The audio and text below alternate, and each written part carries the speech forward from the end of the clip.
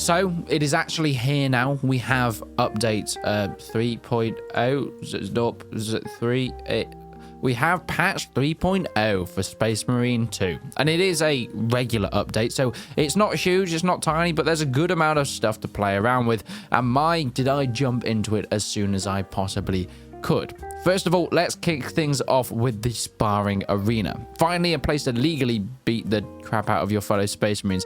Okay, it is pretty much like a really small multiplayer map, but you can go in and test your new weapons and your new armor and see how cool they look. You don't get the abilities of your guys, but you do get to use all the weapons that you have in your loadouts. For example, this can be used if you're queuing for multiplayer or the operations, not if you're playing as a single player. And for my loadout, I was playing as a Vanguard, where my default weapon is a melter. Playing that against someone with a bolt gun, yeah, it was pretty tricky. So you do be aware that you do actually bring in the weapons that you already have on your operations guy at that point in time.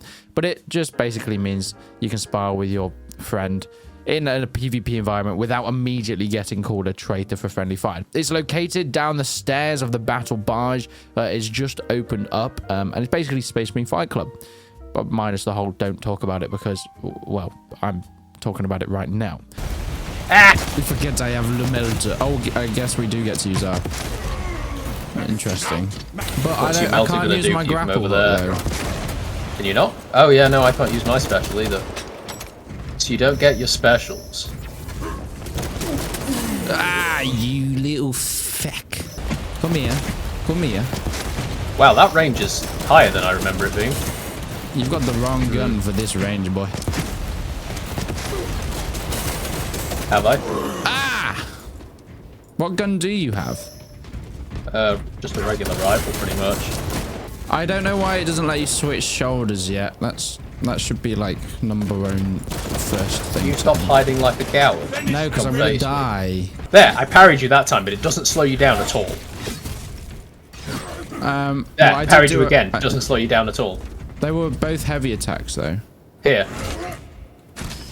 What's the difference between a block and a parry? So just timing. Yeah, it flashes when you manage to parry it. But none of this is slowing me down. Right. So there is literally no point of parrying somebody. Yeah, if you get into melee range, it's just spam. It's just spam. That is silly. That is silly. And it's whoever has the higher health and hits. No, sir. Yeah, for all of you PC players, there's now the great ultra-wide support, which I think will be important for some people, and this game is absolutely gorgeous, so it will be able to take advantage of all that ultra-wide goodness. I cannot imagine how glorious it looks. I do actually have an ultra-wide monitor, but it is not my primary monitor that I play on. It is my secondary one that I watch. It doesn't matter what I watch, but nothing says I'm superior like being able to see every damn hectic on the planet before anybody else does. I can imagine it's actually quite useful for something like multiplayer, especially because you're in the third person. Yet there still isn't the ability to swap shoulders, which is a bit strange for a third person game, but hey, we're just going to have to put up with it now. I wish they'd add that in.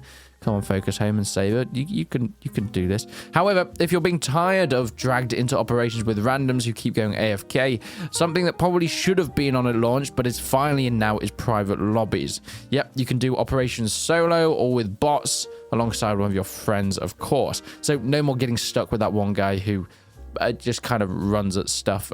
I mean, we were playing an operation just to test this out that was way below our skill level in terms of like the upgrades in the game. Not us personally, we're still terrible at the game, but we basically completed the game long ago.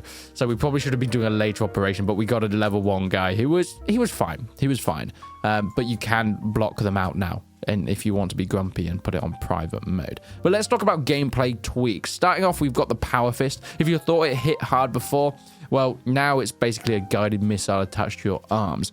They've cranked up the damage on fully charged attacks, so if you like solving your problems by turning enemies into some sort of weird goop, this one is for you. Also, the heavy plasma got a huge buff, more ammo, bigger blast radius, that sort of thing, a bit less overheating, and it's not as overpowered as you would think. I think it was actually kind of useless before. I wouldn't really ever pick up heavy plasmas. The plasma pistol, however, I loved it, but heavy plasma I kind of left to the side whenever I saw it, so I'm really glad that they've decided to change that.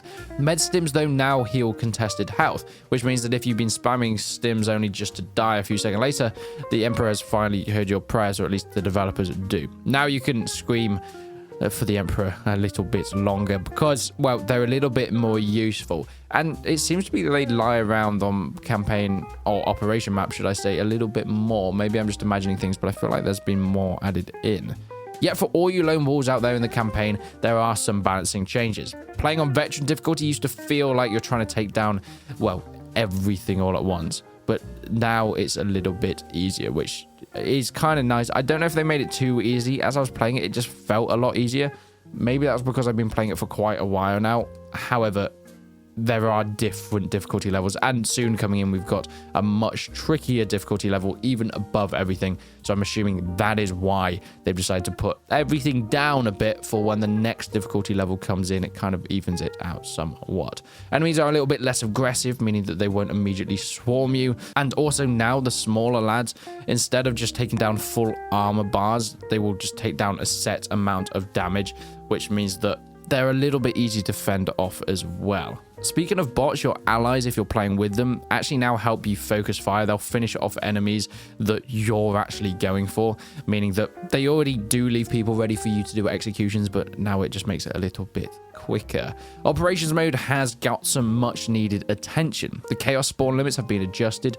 No more being overwhelmed by, well, everything all at once. And the weapons have been somewhat updated. Perfect parry now has changed. If you nail that parry and kill a minor enemy, you'll actually restore some armor. So it just makes it a little bit better for getting those parries in, and it makes it a bit more worth it as well, stunning those enemies.